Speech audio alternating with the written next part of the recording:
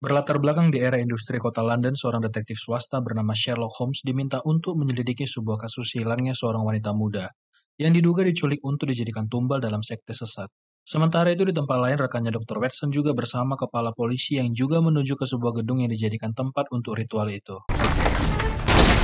Detektif Sherlock Holmes yang sudah duluan sampai ke gedung harus berhadapan dulu dengan pria yang berjaga di dalam gedung. Sebagai seorang detektif, Sherlock Holmes ini mampu menggunakan ilmu deduksi, di mana dia bisa mengamati dan memprediksi apa yang akan terjadi. Misalnya sebelum menyerang si penjaga, dia tahu bagian mana yang harus dia serang dahulu. Contohnya si penjaga yang tulis sebagian menjadi titik serang pertama. Kemudian menyerang tenggorokan, hati, lutut kaki, dan akibat dari semua serangan itu, pria itu tidak akan sadar kurang lebih 90 menit. Setelah melumpuhkan pria yang sedang berjaga, Sherlock Holmes kembali menyelidiki kasus hilangnya seorang wanita muda. Ritual sedang berlangsung, seorang wanita sudah disiapkan untuk dieksekusi supaya darahnya menjadi persembahan untuk iblis. Di saat melihat jalannya ritual dari belakang, seorang penjaga menyadari keberadaan detektif. Untungnya ada Dr. Watson, rekan dari Sherlock Holmes yang juga membawa polisi bersamanya. Mereka pun memulai aksi penyerangan untuk menghentikan ritual sesat itu. Detektif masih sempat menghentikan jalannya ritual sebelum wanita itu menusuk dirinya sendiri. Si dukun juga mengkonfrontasi Dr. Watson dengan mengatakan kalau dia seperti anjing yang setia kepada Sherlock Holmes. Mendengar itu, Dr. Watson tersulut emosinya, namun detektif mencegah dia untuk menyerang si dukun. Karena si dukun sudah menyiapkan kaca yang seperti benang namun tajam seperti pisau. Terungkaplah sosok dukun yang bernama Blackwood. Polisi yang datang bersama Dr. Watson mulai menangkap semua orang yang terlibat dalam ritual ini. Wanita yang hampir kehilangan nyawanya diperiksa Dr. Watson yang kondisinya sudah terkelai lemas.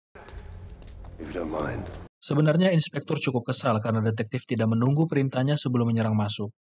Namun si detektif bekerja untuk orang tua si wanita muda itu, bukan bekerja untuk kepolisian. Dan kalau dia nggak menghentikan ritual ini, pastinya wanita itu sudah kehilangan nyawa. 3 bulan pun berlalu setelah kasus terakhirnya. Dikarenakan tidak adanya kasus, detektif mengurung diri selama 3 bulan penuh di dalam kamarnya untuk melakukan eksperimen-eksperimen aneh. Dr. Watson pun memintanya untuk keluar mencari kasus lain supaya dia keluar dari dalam kamarnya dan bertemu dengan dunia luar. Isi berita di koran hari ini mengatakan kalau Blackwood akan digantung besok. Dr. Watson pun diminta untuk memeriksa kondisi dari Blackwood setelah digantung, supaya memastikan kalau memang benar nyawanya sudah hilang. Ini akan menjadi kasus terakhir buat Dr. Watson. Jadi dia ingin menyelesaikannya sampai akhir. Karena setelahnya dia akan menikah dan hidup dengan pasangannya. Sebenarnya detektif masih belum terima kalau partnernya akan menikah. Selama 3 bulan ini, detektif juga melakukan eksperimen kepada anjingnya untuk mencoba anestesi baru. Melihat itu, Dr. Watson kembali meminta detektif untuk keluar dari ruangan itu karena sudah 3 bulan dia di dalam ruangan. Jadi dia memaksa detektif untuk ikut makan malam bersamanya dengan calon istrinya Mary. Karena sepertinya detektif masih belum bisa terima kalau dia kehilangan rekannya karena menikah. Di malam harinya, detektif datang ke restoran tempat mereka bertemu dan mulai mengamati semua orang yang berada di sana sambil menunggu Watson dan tunangannya yang belum datang. Di tengah lamunannya, dokter dan calonnya pun datang. Dokter memperkenalkan calonnya ke detektif. Calonnya ini menyukai novel-novel detektif sehingga dia mendengar banyak tentang Sherlock Holmes. Namun dia masih skeptis mengenai hal ini, seperti membuat asumsi besar dari detail-detail kecil dalam setiap kasus. Tapi perkataannya dibantah oleh detektif kalau detail kecil sangat penting dalam setiap kasus. Detektif menjelaskan detail yang dia maksudkan dengan menganalisa Dr. Watson. Mulai dari tongkat yang di dalamnya ada pedang, cara berpakaiannya yang rapi karena dulunya dia seorang tentara, juga dia seorang yang suka judi karena dia menemukan tiket pertandingan di sakunya. Namun Mary menyangkal karena selama ini detektif bersama dengan dokter, jadi dia tahu semua latar belakang si dokter. Sehingga dia meminta detektif untuk menganalisa dirinya dan membuat kesimpulan tentang dia. Dokter pun berkata kalau itu adalah ide yang buruk, namun Mary memaksa detektif untuk melakukannya. Detektif mulai mengatakan apa yang dia tahu soal Mary. Dia seorang pengasuh anak berusia 7 tahun. Kalung yang dia pakai adalah pinjaman dari orang tua si anak dan dulu Mary pernah bertunangan namun tunangannya pergi dan dia ke London untuk melupakan tunangannya. Juga mencari laki-laki yang lebih baik dan kaya, misalnya seorang dokter. Semuanya itu benar kecuali satu, yaitu tunangannya meninggal dunia dan bukan pergi meninggalkannya. Suasana pun jadi canggung dan mereka meninggalkan detektif di sana. Setelahnya Sherlock Holmes bertarung di sebuah pertaruhan. Dia menghabiskan kebosanannya dengan bertarung. Awalnya dia hanya bertahan dan menghindari pukulan. Namun di tengah pertarungannya pandangannya teralihkan dengan sebuah sapu tangan yang tidak asing baginya. Sapu tangan itu milik seorang wanita yang dia kenal, jadi dia memutuskan untuk menghentikan pertarungan itu. Namun egonya kesenggol saat si lawan meludahi belakang kepalanya. Dia pun mulai menganalisa lawan dan bagian-bagian mana saja yang bisa dia pukul. Pertama dia melemparkan sapu tangan untuk mengalihkan pandangan si lawan. Kemudian memukul pipi kiri lalu membuat lawan pusing dengan menyerang telinga. Kemudian mematahkan tulang pipi, tulang iga, saraf lambung, dan terakhir tendangan tumit pada diafragma yang akibat dari semua serangan itu kira-kira pemulihannya 6 bulan.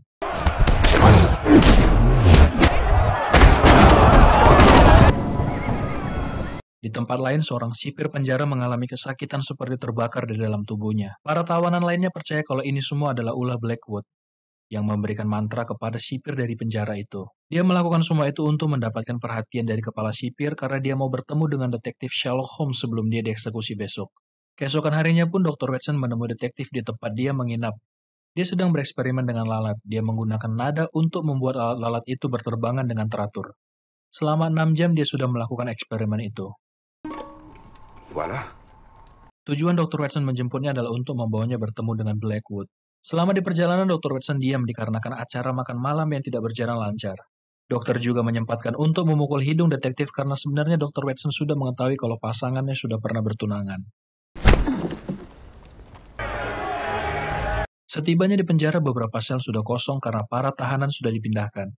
Mereka takut dengan sosok Blackwood, bahkan para sipir pun tampak takut dengan sosok Blackwood. Di dalam selnya banyak gambar-gambar aneh di dinding yang menambah kesan seram. Dia sedang membaca sebuah ayat dalam Alkitab tentang iblis yang datang ketika akhir zaman. Sherlock Holmes berkata kalau dia lebih cepat menangkap dia, 5 nyawa lainnya mungkin bisa terselamatkan. Namun si dukun berkata kalau 5 nyawa itu cuma diperlukan sebagai pengorbanan untuk tujuan yang lebih besar. Blackwood juga memanifestasi detektif kalau dia harus memperluas pandangannya, juga mempersiapkan diri untuk sesuatu yang besar akan datang. Karena Blackwood akan bangkit kembali, dan 3 orang lagi akan kehilangan nyawanya. Dia juga berkata kalau semua ini di luar kemampuan Sherlock Holmes untuk memecahkannya. Tibalah saatnya Blackwood akan digantung. Dia dihukum karena menjalankan praktik ilmu hitam, membuat 5 orang wanita kehilangan nyawa dan juga percobaan pengambilan nyawa wanita yang keenam. Dokter pun memeriksa denyut nadi Blackwood dan memastikan kalau dia sudah kehilangan nyawanya. Keesokan paginya, Sherlock Holmes dibangunkan oleh wanita yang sebelumnya berada di tempat pertarungan. Dia dan detektif punya masa lalu yang rumit dan wanita itu punya latar belakang yang cukup kriminal terutama di bagian pencurian. Tujuan Irene Adler menemui detektif adalah untuk meminta bantuan mencari seseorang. Namun detektif masih ragu dan menaruh curiga. Detektif juga bertanya dia sekarang ini bekerja untuk siapa. Di depan pintu keluar dia bertemu dengan Dr. Watson yang juga mengenali wanita itu. Setelah keluar dari tempat tinggal detektif, Irene Adler bertemu dengan seorang pria misterius yang berada di dalam kereta kuda. Pria itulah yang menyuruh Irene Adler untuk bertemu dengan detektif supaya mencarikan dia seseorang untuknya. Karena pria yang mereka cari juga berperan atas apa yang dilakukan Blackwood. Di saat yang bersamaan, seorang pria berjalan dan menabrak kuda mereka untuk meminta uang. Namun dari dalam, pria misterius langsung menodongkan senjata ke kepalanya. Kembali ke detektif yang membawa kita ke sebuah penjelasan kalau pria tadi adalah detektif yang menyamar. Jadi ketika Irene Adler pergi dari tempat tinggalnya, Sherlock Holmes mencoba menyelidiki dengan siapa dia sekarang bekerja. Dia mengikuti kemana wanita itu pergi. Mulai dari wanita yang hampir dirampok di sebuah lorong jalan, namun kesialan malah terjadi kepada perampok. Sampai di mana dia berpura-pura menabrakkan diri ke kereta kuda yang mereka naiki. Detektif ditugaskan untuk mencari seorang pria bertubuh pendek yang kehilangan gigi depannya dan berambut merah. Kalau dari pengamatan detektif dia berkesimpulan, kalau wanita ini dipaksa juga diintimidasi untuk bekerja dengan pria misterius itu. Dokter pun memperingatkan detektif untuk menghindari masalah dan juga jangan membawa dia dalam permasalahan ataupun kasus yang akan terjadi. Seorang polisi masuk di tengah perdebatan mereka. Polisi mengatakan kalau Blackwood yang sebelumnya digantung telah bangkit dari kubur. Penjaga makam melihat sendiri kalau Blackwood berjalan melintasi kuburan pagi ini. Tentu saja mereka mendengar itu nggak percaya, apalagi si dokter sendiri yang memastikan kalau Blackwood sudah tidak bernyawa. Detektif pun mengambil kesempatan itu supaya si dokter mau kembali bekerja dengannya dengan alasan kalau reputasi si dokter bisa dipertanyakan. Karena dia sendiri yang memeriksa tubuh dukun itu sebelum dikubur. Mereka pun datang ke area pemakaman yang sudah dalam keadaan hancur seperti dihancurkan dari dalam. Blackwood bangkit di hari ketiga sama seperti apa yang telah dia katakan sebelumnya.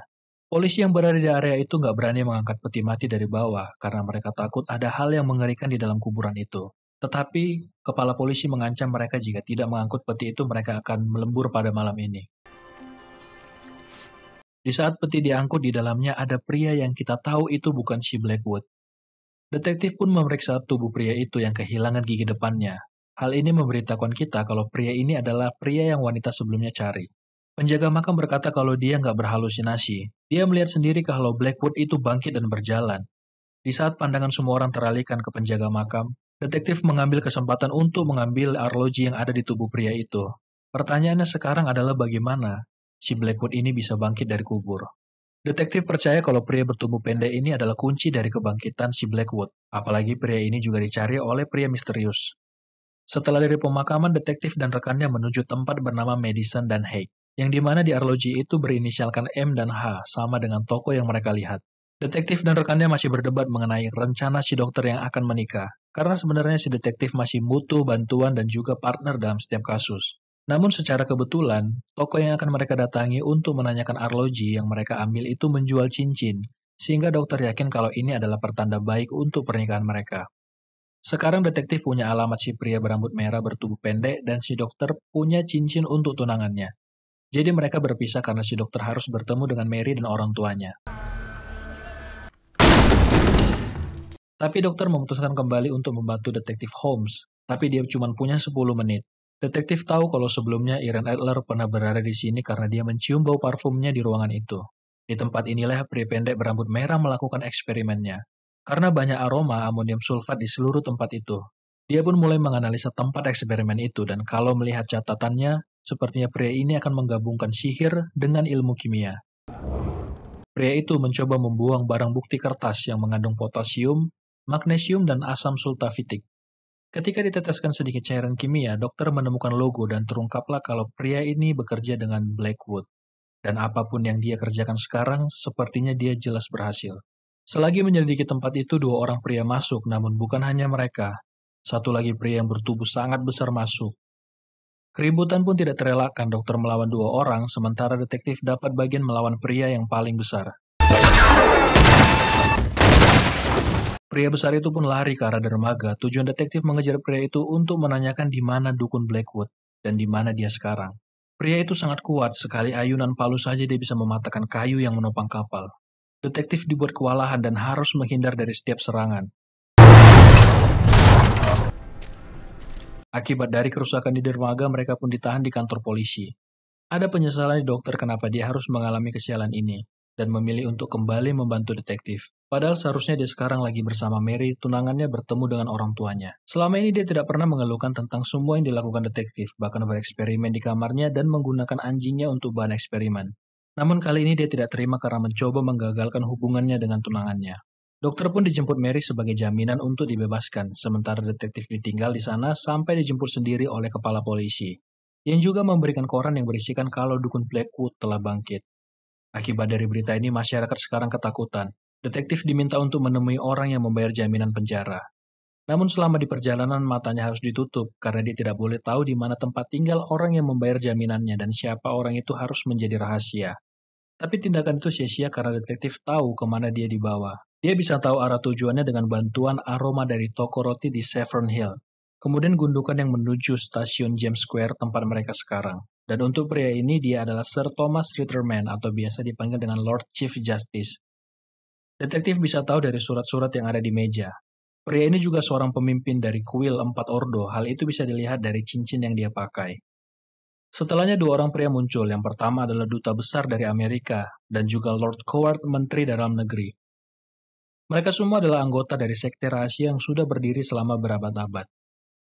Sekte ini sudah sering melakukan ilmu hitam atau sihir praktis untuk menuntun dunia pada kebaikan selama berabad-abad. Mereka takut kalau hal ini ke depannya akan digunakan untuk tujuan yang jahat. Mereka percaya kalau detektif sangat skeptis tentang hal ini. Namun hal ini semakin menguatkan analisa detektif terhadap mereka. Detektif tahu kalau Sir Thomas adalah ayah dari Blackwood. Hal itu juga bisa dilihat dari iris mata yang sama berwarna hijau gelap, dan juga bentuk telinga identik yang diwariskan lewat keturunan. Alasan Sir Thomas memanggil detektif untuk menghentikan anaknya Blackwood. Sir Thomas bercerita kalau dulu Blackwood dikandung selama mereka melakukan ritual. Ibunya seorang praktisi juga yang kuat dan kehilangan nyawa saat melahirkan Blackwood. 5 gadis korban Blackwood bukan yang pertama dia habisi, sebenarnya sudah banyak korban untuk meningkatkan kekuatannya. Kebangkitannya adalah salah satu ilmunya, buku mantra ini adalah sumber kekuatannya. Sebenarnya tanpa diminta mereka juga si detektif ini akan menghentikan si Blackwood. Jadi bukan karena pengaruh mereka di London ataupun harga yang mereka sebutkan. Detektif juga memperingatkan Sir Thomas untuk berhati-hati karena dia akan menjadi target si Blackwood. Di sebuah hotel tempat Irene Adler menginap, detektif memberitahukan kalau dia sudah menemukan pria yang mereka cari. Tepatnya pria itu terkubur di makam Blackwood. Detektif juga tahu kalau pria misterius itu seorang profesor meskipun tidak melihat wajahnya. Tapi dia bisa tahu dari bekas kapur di kerah bajunya, juga pistol yang sudah dimodifikasi di bawah lengannya. Detektif meminta supaya Irene Adler kabur dan menghilang, atau tetap di sini dan berada dalam perlindungan, karena dia tahu kalau wanita ini dalam bahaya.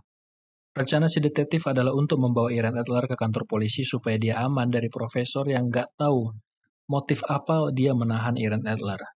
Namun dari rangkaian peristiwa ini dan mereka mencari orang yang sama bekerja dengan Blackwood, pasti ada hal ilegal yang sedang mereka kerjakan. Sayangnya Irene Adler sudah memasukkan racun ke dalam anggur sehingga menyebabkan detektif pingsan. Di tempat lain di kediaman Sir Thomas, dia sedang berendam di malam itu. Namun dia merasa kalau dia sedang diawasi. Dan setelahnya air tempat dia berendam mulai mendidih. Tiba-tiba di sana berdiri dukun Blackwood yang melihat ayahnya kehilangan nyawanya.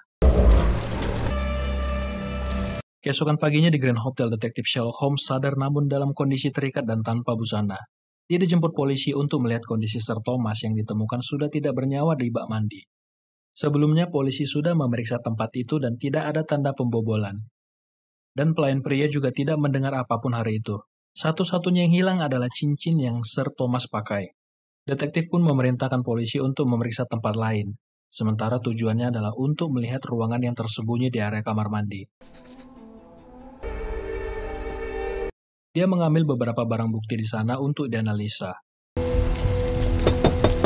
Di sebuah malam, Lord Coward mengadakan rapat untuk membahas Sir Thomas yang sudah kehilangan nyawanya. Dia pun mencalonkan Blackwood untuk menjadi pemimpin pengganti Sir Thomas. Tiba-tiba Blackwood pun muncul di hadapan mereka dan benar dia masih hidup.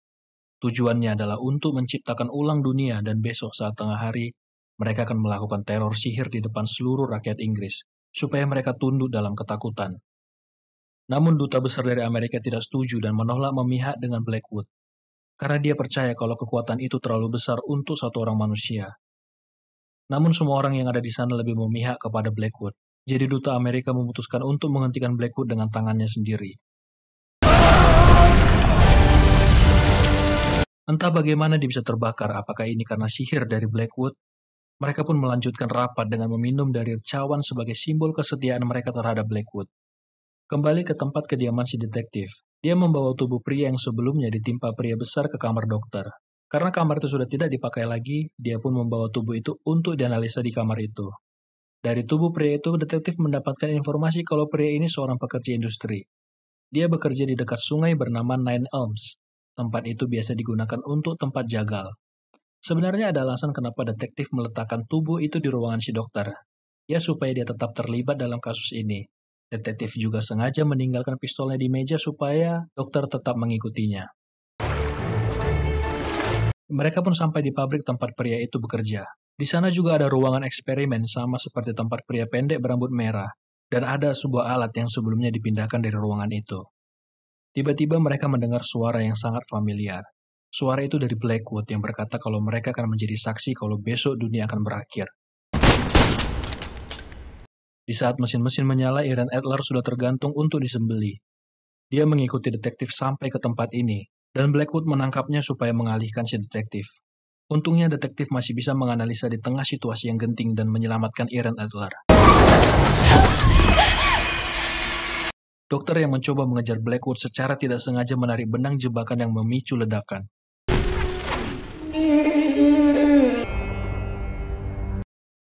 Setelah ledakan yang besar, polisi pun datang. Namun bukannya menyelamatkan detektif, melainkan membawa surat perintah penangkapan si detektif. Dan perintah ini datangnya dari Lord Coward, karena dia punya suara yang sangat kuat di kepolisian. Di tempat lain, Irene Adler yang selamat dari ledakan itu berencana untuk pergi dari kota London. Namun di dalam kereta sudah ada profesor yang menunggunya. Padahal dia sudah menyelesaikan tugasnya untuk mencari pria pendek berambut merah. Namun itu tidak cukup, si profesor memintakan Irene Adler untuk mencari tahu alat apa yang dibuat pria pendek itu untuk Blackwood. Dia mengancam untuk supaya menyelesaikan tugas ini atau nyawa detektif yang akan menjadi taruhannya. Di tempat lain, Sherlock Holmes berpikir keras tentang semua rangkaian kejadian yang ada. Dia berusaha untuk memecahkan kasus ini secepatnya sebelum besok siang, karena kalau tidak, kepanikan dan ketakutan akan datang di tengah masyarakat London. Di tengah kekalutannya, dia teringat kalau buku sihir itu adalah kunci dari semua kasus ini. Dan entah apa yang dipikirkan detektif, dia pun melakukan ritual untuk menganalisa semua kejadian. Padahal dia orang yang sangat skeptis mengenai ilmu hitam. Dia pun terbangun dan di ruangan sudah ada Irene Adler dan juga Dr. Watson. Detektif menjelaskan bagaimana Blackwood melakukan semua ini. Jadi penjelasannya semua diawali dari sekte yang sudah ada selama berabad-abad dan mengontrol kota London. Sekte ini mempercayai kalau Sphinx adalah pintu menuju dimensi lain, tempat di mana kekuatan tidak terbatas berada. Logo dari sekte ini berbentuk wanita yang mempunyai kaki seperti singa, ekor seperti lembu, sayap seekor elang, dan kepala manusia.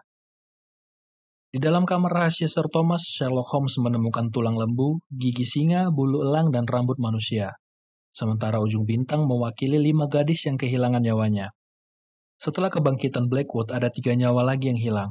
Pertama si pria pendek yang mewakili kepala manusia, kemudian Sir Thomas yang mewakili lembu, lalu Duta Amerika yang mewakili elang.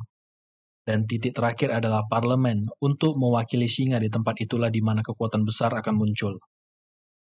Di saat yang bersamaan polisi datang untuk memeriksa tempat itu dan juga menangkap detektif untuk dibawa ke hadapan Lord Coward yang mempunyai suara di kepolisian.